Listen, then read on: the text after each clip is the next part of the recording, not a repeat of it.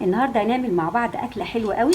هنستخدم فيها الشبكه دي، ولو انت ما عندكيش الشبكه دي ممكن تستخدمي صينيه وتحطيها عادي خالص. تستخدمي الفراخ اللي هنعملها مع بعض في الصينيه، لكن الشبكه دي هتخلي معانا الفراخ حلوه قوي، وهتنزل اي حاجه والدهون اللي هتنزل من الفراخ هتنزل في الصينيه اللي هنحطها تحت الشبكه. تعالوا مع بعض نشوف هنستخدم الشبكه معانا، الشبكه دي معانا في الفيديو ازاي. النهارده هنعمل مع بعض طبق حلو قوي، هي التشيكن وينجز او اجنحه الفراخ. طعمها حلو قوي وهتلاقيها مقرمشه ومستويه واحسن ما بنشتريها من بره. تعالي مع بعض نشوف طريقه الاجنحه اتعملت ازاي بكل اسرارها، وهتلاقيها سهله جدا، ومن حلاوتها مش هتقدري تجيبيها من بره تاني، دايما هتعمليها في البيت. النهارده هنعمل مع بعض فيديو جديد وهي اجنحه الفراخ. انا بحوش بصراحه، بجيب الفراخ وما بحبش اعمل الاجنحه بتاعتها معاها، فبقطعها وبحوشها بالطريقه دي، وبقطع الجزء اللي ملوش لازمه اللي هنا كده عشان ما بيعمل زفاره. فانا بجيب الاجنحه وبقطعها، يا اما تشتري الاجنحه بالكيلو يا اما تحوشيها عندك كده. وبسيب كمان حته كده من قفص الصدر بتاع الفرخه مع الجناح عشان يبقى فيه لحم كتير. تعالي مع بعض نشوف هنعمل ايه في التتبيله الحلوه دي. هنجيب علبه زبادي، انا هنا عامله 2 كيلو فهعمل علبتين زبادي، لكن كل كيلو اجنحه عليه كوبايه واحده بس زبادي. هنعمل ايه كمان؟ هنحط ملح وفلفل بالطريقه دي. هحط توم باودر، هحط نص معلقه كمون، الكمون هنا بيديها طعم حلو قوي، وهحط معلقه بابريكا كبيره كده، وهقلب كويس. طبعا احنا عارفين ان اجنحه الفراخ بتبقى حلوه قوي وولادنا بيشتروها من المطاعم. هنحط كمان في الخلطه ديت ربع معلقه زيت، ربع كوبايه زيت بالطريقه دي. هنا الزيت والزبادي هيخلوا الفراخ بتاعتنا طريه من جوه ومقرمشه من بره. اجنحه الفراخ بتبقى في المحلات ثمنها غالي قوي، لكن احنا ممكن نعملها في البيت وبكل بساطه. خلاص كده دي التتبيله بتاعتي كده خلصت. هحط بقى الاجنحه بتاعتي كلها، هنزل بيها كده هنا،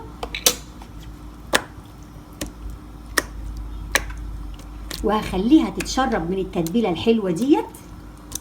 ممكن بقى تقعديها ليله في التلاجة، ممكن تقعديها ساعتين 3 حسب الوقت بتاعك.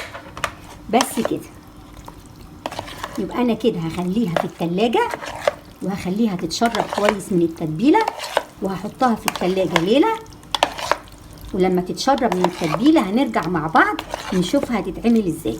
انا كده هشيلها في التلاجة ليله. انا كده خرجت الاجنحه بتاعتي من التلاجة. في مكون واحد لسه هحطه دلوقتي، هحط صويا صوص، مش هكتر عشان احنا حاطين ملح بفلفل. حطينا صويا صوص دلوقتي ليه؟ علشان ما تملحش مننا قوي اثناء ما احنا حاطينها في التلاجة كتير. الصويا صوص هيديها طعم حلو قوي، وهيديها كمان لون حلو قوي وهي في الفرن.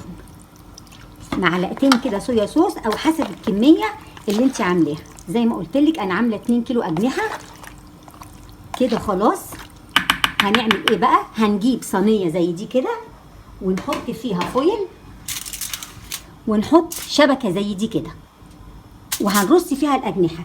لو انت ما عندكيش الشبكه ديت مش مشكله، حطي في صينيه عاديه على طول، مش ما فيهاش اي حاجه خالص عادي. بس الشبكه بتبقى احسن. ليه؟ لان الشبكه هتخلي كميه اي دهون هتنزل من الاجنحه هتنزل في الصينيه، ومش هتتحرق مننا في الفرن الاجنحه دي خالص. زي ما قلت لك انا حاطه الجناح بحته كده من الصدر شويه، علشان يبقى الجناح بتاعي مليان كده، وفي لحم كده اقدر اكله بيه كده. يعني ممكن زي ما قلت لك مش لازم الشبكه دي، اي صينيه عندك ممكن تحطي فيها. زي ما قلت لك التتبيله ديت هتخلي الفراخ بتاعتك من جوه طريه، الزبادي هيخليها طريه، والبابريكا طبعا والصويا صوص هيدوها لون حلو قوي كده. هدخل انا بقى الشبكه دي كده الفرن، هتقعد معانا نص ساعه او 45 دقيقه حسب الفرن بتاعك هو حامي ولا لا.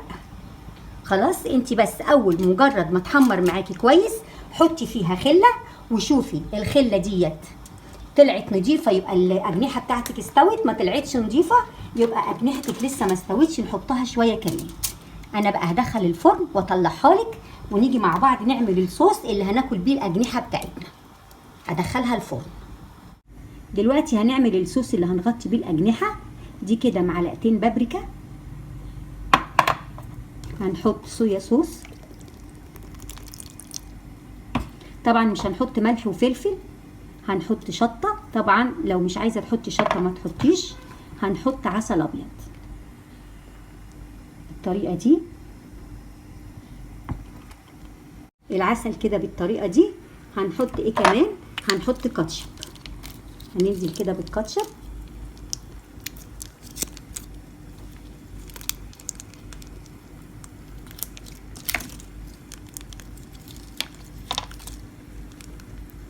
ونقلب بقى. يبقى ده كده الصوص بتاعنا جاهز. اللي بعد ما الاجنحه بتاعتنا تخرج من الفرن هنشوف هنحطه ازاي عليها. زي ما قلت لك لو مش عايزه تحطي شطه ما تحطيش، ومش هنحط طبعا ملح وفلفل عشان الصويا صوص فيها ملح وفلفل، فيها ملح. كده الاجنحه بتاعتنا خرجت من الفرن، خدت 45 دقيقه بالظبط عشان تاخد اللون الحلو ده. ولو الفرن بتاعك مش هيديها اللون الحلو ده، شغلي الشوايه كمان من فوق لغايه ما تاخدي اللون اللي انت عايزاه. هنحط بقى الصوص بتاعنا اللي احنا عملناه مع بعض كده في كل حته في الاجنحه بتاعتنا علشان يديها طعم. عايزه تدخليها الفرن بعد كده 5 دقايق وهي عليها الصوص دخليها، مش عايزه خلاص كده بالهنا والشفا. تعملي بقى جنبها طبق مكرونه بصلصه، تعملي جنبها طبق سلطه، طعمها حلو جدا. بدل ما اولادنا بيروحوا المحلات والكافيهات يشتروا الاجنحه ديت وتبقى تمنها غالي جدا على الفاضي كده، لا احنا نعملها في البيت وتبقى نظيفه وحلوه وضامنين احنا عاملينها ازاي وضامنين نظافتها. طبعا احنا نضفناها بالميه والملح والليمون ونقعناها لغايه لما نطفت خالص، وغسلناها كذا مره. وادي كده الاجنحه بتاعتنا خلصت، وبالهنا والشفا.